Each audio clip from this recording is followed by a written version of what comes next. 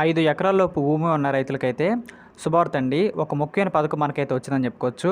ఈ యొక్క టాపిక్ గురించి పూర్తిగా తెలుసుకుందాం. అందుకంటే ముందుగా మన ఛానల్ కొత్తగా వచ్చినట్లయితే సబ్స్క్రైబ్ బటన్ ఒక బెల్ ఐకాన్ అలా పెట్టుకోండి. ఖచ్చితంగా ఈ వీడియోకి లైక్ చేసినప్పుడైతే మరింతమందికి అయితే వీడియో షేర్ అవుతుంది. మన ఛానల్కి అయితే మీకు సపోర్ట్ అనేది ఈ విధంగా కోరుకున్నానండి. 5 ఎకరాల్లో భూమి ఉన్న వారికి అయితే రైతులందరికీ కూడా శుభవార్త అని మనకైతే చెప్పడం జరుగుతుందండి. ఇది ఒక కొత్త ముఖ్యమైన పథకం అని చెప్పుకోవచ్చు. ఇక్కడ మనం గమనించినట్లయితే వ్యవసాయ రంగం అభివృద్ధి మన దేశ ప్రగతికి వెన్నుముక అని చెప్పుకోవచ్చండి. దీన్ని గుర్తించిన కేంద్ర రాష్ట్ర ప్రభుత్వాలు వ్యవసాయ అభివృద్ధికి రైతులను ఆదుకునేందుకు అనేక పథకాలు మనకి ప్రవేశపెట్టని చెప్పుకోవచ్చండి.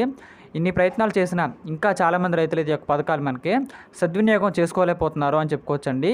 ఏదైనప్పటికీ కేంద్ర ప్రభుత్వం తాజా చొరవ 5 ఎకరాల్లోపు వ్యవసాయ భూమి ఉన్న వారికి అయితే ఇక్కడ వారందరు రైతులకు కూడా ఇక్కడ శుభార్త అని చెప్పిందండి. అదేంటంటే కిసాన్ ఆశీర్వాద్ పథకం పేరు వచ్చేసి కిసాన్ ఆశీర్వాద్ అండి పరిచయం చేసి, ఇది రైతులకు వారి భూమి పరిమాణం ఆధారంగా ఆర్థిక సహాయం అందించడానికి రూపొందించబడిందని చెప్పుకోవచ్చండి.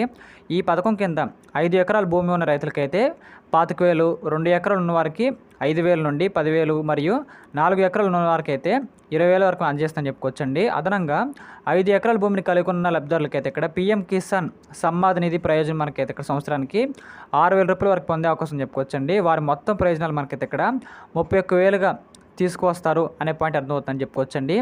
ఏ రాష్ట్రాలు ఈ పథకాన్ని అమలు చేస్తున్నాయంటే ఇక్కడ ప్రధానమంత్రి కిసాన్ సమ్మాద్ నిధి యోజన అన్ని రాష్ట్రాల్లోని రైతులకైతే 6,000 వార్షిక సహాయాన్ని మనకైతే అందజేస్తుందనగా జార్ఖండ్ రాష్ట్రం మాత్రం ఇక్కడ 25,000 మనకైతే ఇక్కడ వార్షిక గ్రాంట్ రేట్ను అందించడం ద్వారా రైతులకు గణనీయమైన ఆర్థిక ప్రోత్సాహం మనకైతే అందించడం ద్వారా ఒక ఆదర్శపార్థమైన చర్య తీసుకుందండి. అయితే ఈ ప్రోత్సాహకం వ్యవసాయ భూమిపై ఆధారపడి ఉంటుందని గమనించడం ముఖ్యం.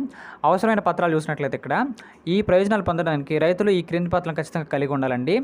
ఆధార్ కార్డు, బ్యాంక్ ఖాతా వివరాలు, రెవెన్యూ శాఖ సర్టిఫికేటు, భూమి పత్రాలు, అదేవిధంగా పహణీ లేఖ, అదేవిధంగా భూమి ఉన్న చెల్లింపు రుజువు, అదేవిధంగా మొబైల్ నెంబర్ మరియు పాస్పోర్ట్ సైజ్ ఫోటోతో పాటు ఖచ్చితంగా జార్ఖండ్ ప్రభుత్వం అమలు చేస్తున్న పథకంలో నమోదు చేసుకోవడం ఈ యొక్క పత్రాలకు అవసరం చెప్పుకోవచ్చండి. ఇతర రాష్ట్రాల విస్తరణ చూసినట్లయితే ఇక్కడ జార్ఖండ్ ప్రభుత్వం ఆశీర్వాద్ పథకాన్ని కర్ణాటకతో సహా ఇతర రాష్ట్రాలకి విస్తరించిందండి, సిద్ధంగా ఉందని చెప్పుకోవచ్చు. ఈ పొడిగింపు నిస్సందేహంగా ఆంధ్రప్రదేశ్ మరియు తెలంగాణ అంతటా కూడా రైతులందరూ కూడా ప్రయోజనాన్ని ఖచ్చితంగా చేకూరుస్తుందని చెబుతున్నారండి. మరియు సమగ్ర వ్యవసాయ అభివృద్ధి ప్రోత్సహిస్తుంది.